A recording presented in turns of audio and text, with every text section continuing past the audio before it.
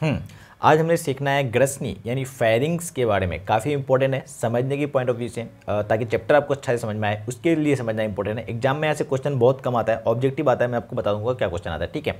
तो देखिए pharynx ग्रसनी sir कूद के कहाँ गया अचानक, आप क्या पढ़ाने लग गए हो, क्या पढ़ा रहे थे, तो उस पर हम लोग एक बार चर्चा कर लेते हैं। पहले देखिए हमने क्या बात करी थी, खाना खाया था, खाना मुख गुहा में गया था, मुख गुहा में हमने देखा था लार ग्रंथि 3 जोड़ी पाई गई थी, पैरोटीन, सबमैंडिबुलर, सबलिंगुअल, आपको नाम याद हो गया होगा। फिर जीभ के बारे में पढ़े थे हम लोग। फिर दांत के बारे में, दांत का बहुत सारा टाइप, दांत में होने वाली बीमारियां, दंत पलाग क्या होता है, दंत क्षय क्या होता है, ठीक है, इस पर बात करी थी। फिर इसके आगे क्या होगा, खाना मुख गुहा के बाद चले जाएगा अमाशय में, पर अमाशय में जाने से पहले वहाँ मुलाकात होगी ग्रसनी से, ग्रास नली से। तो ग्रसनी ग्रास नली पे आज छोटी सी बात कर लेते हैं, फिर हम लोग कल पढ़ेंगे अमाशय के बारे में, ठीक है। तो ये हम लोग पढ़ रहे हैं, एक फ्लो में चल रहा है चीज़ें, कहीं से भी रैंडमली कुछ भी नहीं पढ़ रहे हैं हम लोग, ठीक है।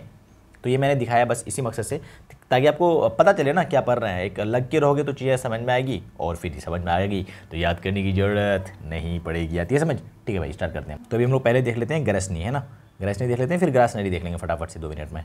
चलो ध्यान से देखो जरा, आपने खाना खाया है, जब खाना खाया है तो जहाँ दांत वगैरह होता है तो ये खाली जगह है, इस जगह का नाम होता है मुख गुहा। क्या होता है, मुख गुहा, गुहा मतलब खाली जगह। और ऊपर जब आप सांस लेते हो तो ये जो खाली जगह है इसको हम लोग बोलते हैं नासिका गुहा, ठीक है। अब मुख गुहा और नासिका गुहा के आगे खाली जगह मिलेगी, इसी खाली जगह का नाम है, उसे पिछला भाग बोलते हैं। मुख गुहा का पिछला भाग, किताब में लिखा हुआ है कि मुख गुहा का पिछला भाग, पीछे वाला भाग क्या होता है, ग्रसनी होता है, इसी को ग्रसनी बोलते हैं, इंग्लिश में फेरिंग्स कहा जाता है। देखो तो फेरिंग्स दिख रहा है, ये पूरा रीजन। अब ये नाक वाला पोर्शन का रीजन है, तो इसको हम लोग बोलते हैं नेजो फेरिंग्स, और नीचे वाला पोर्शन को बोलते हैं हम लोग ओरो फेरिंग्स। इतना याद करने की जरूरत नहीं है, आप बस याद करो ग्रसनी है, ये फेरिंग्स है भाई, बस हो गया, इतना से काम बन जाएगा अपना, ठीक है। अब देखिए ग्रसनी में क्या सीखने वाली बात याद रखना है सर हमको, तो आपको रखना है कि ग्रसनी में ना 2 द्वार मिलेगा, 2 दरवाजा है। कितना दरवाजा है, 2 दरवाजा, और दरवाजा के आगे नली होगा, नली के ऊपर दरवाजा है, ठीक है। तो दोनों दरवाजा का नाम आपको याद रखना है, ये ऑब्जेक्टिव में आता है। देखिए जो पहला वाला द्वार है, जो सामने आप खाना खाते हो, वो पहला वाला द्वार का नाम है कंठ द्वार, और उसके पीछे जो एक दरवाजा है उसका नाम है निगल द्वार। तो 2 द्वार, पहला का नाम है कंठ द्वार और उसके पीछे निगल द्वार। इस निगल द्वार से ही खाना जाएगा अंदर, यहाँ जाएगा खाना अंदर, और ये जो कंठ द्वार है इससे जाता है सांस अंदर, ठीक है, कोई दिक्कत। तो मैंने लिख के भी रखा है, कंठ द्वार जो आगे वाला है यहाँ हवा जाती है, और निगल द्वार खानी, खाना, खानी, खानी क्या होता है भाई कर दिया गलती मैंने, खाना पानी जाता है इससे अंदर, ओके।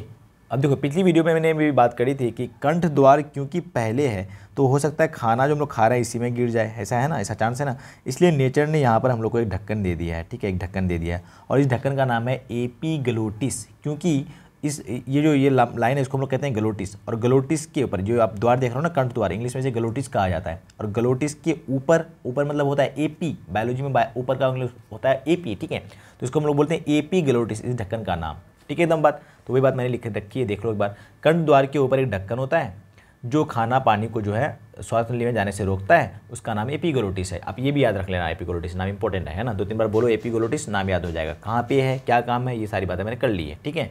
तो बस इतनी सी बात ग्रसनी के बारे में याद रखो, और कुछ भी याद नहीं रखना है। अगला हम लोग पढ़ लेते हैं ग्रास नली, ईसोफेगस इंग्लिश में कहते हैं। ये ईसोफेगस है कहाँ से, देखो ये जो देख रहे हो ना आप, ये कौन सा द्वार था, निगल द्वार, और निगल द्वार के बाद जो ये जा रहा है लाइन, इसी को हम लोग बोलते हैं ग्रास नली, ठीक है। मैं आपको दिखा भी देता हूँ, देखो ध्यान से, ये हो गया नन्ना मुन्ना सा प्यारा सी, तो ये पहला आ गया हमारा वो कंठ द्वार है यहाँ पर, और ये सांस वाली नली, और इसके पीछे जो नली थी, इसी नली का नाम था यहाँ पर, इस द्वार का नाम था क्या, निगल द्वार, और निगल द्वार के आगे जो जा रहा है रास्ता दिख रहा है जो, जिससे खाना होकर के जाएगा, और ये जाकर फाइनली मिलेगा अमाशय में।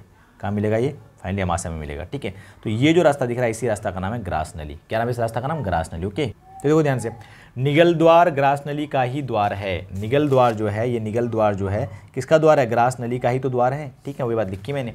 ग्रास नली होता हुआ खाना अमाशय में पहुंचता है, ग्रास नली होता हुआ ये मान जाओ खाना है बेहतरीन, कहाँ पहुंच जाएगा, अमाशय में। ये अमाशय है पूरा, ठीक है। अमाशय अगली वीडियो में पढ़ने वाले हम लोग। ग्रास नली में पाचन की क्रिया नहीं होती है, बहुत खूबसूरत बात, बहुत खूबसूरत बात, इंपॉर्टेंट पॉइंट है ये, हालांकि 10 क्लास में पूछेगा नहीं। ग्रास नली जो है इसमें पाचन की क्रिया नहीं होती है, खाना पचता नहीं है, बस इससे खाना आगे जाता है, ठीक है।